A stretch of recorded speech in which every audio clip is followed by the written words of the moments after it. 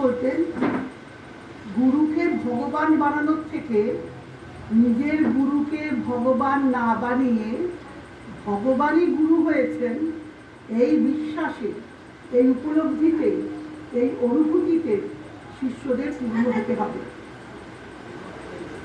ভগবানই গুরু হয়েছেন। আমাদের ভাগবতে তো আমরা পেয়েছি যে কৃষ্ণ বলছেন উদ্ধবকে, যখন এই জগৎ ছেড়ে চলে যাবেন, উদ্ধবকে শিক্ষা দিচ্ছেন না, বলছেন যে আমাকে গুরু স্বরূপে জানবেন, আচার্য মাং বিজানিয়া নাবকন্যে তো করহিচি ন মর্তবুদ্ধিয়াস অসূয়েত সর্বদেব ময়গুরু। আমি হলাম আচার্য স্বরূপে আমাকে জানবেন। কৃষ্ণ বলছেন, কৃষ্ণ ভগবান স্বয়ং, যিনি স্বয়ং ভগবান অবতার হয়ে এসেছিলেন, তিনি বলছেন আমাকে আচার্য স্বরূপে জানবেন।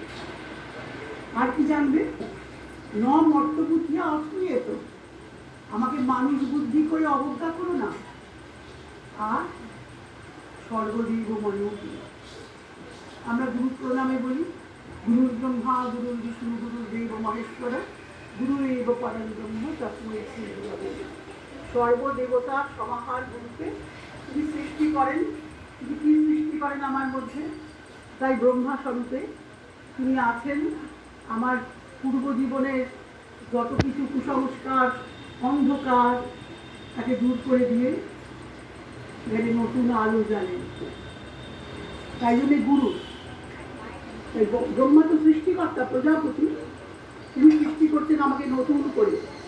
তাই আমাদের দীক্ষার পদ্ধতি, মান্ত্রী দীক্ষা, কালে মন্ত্র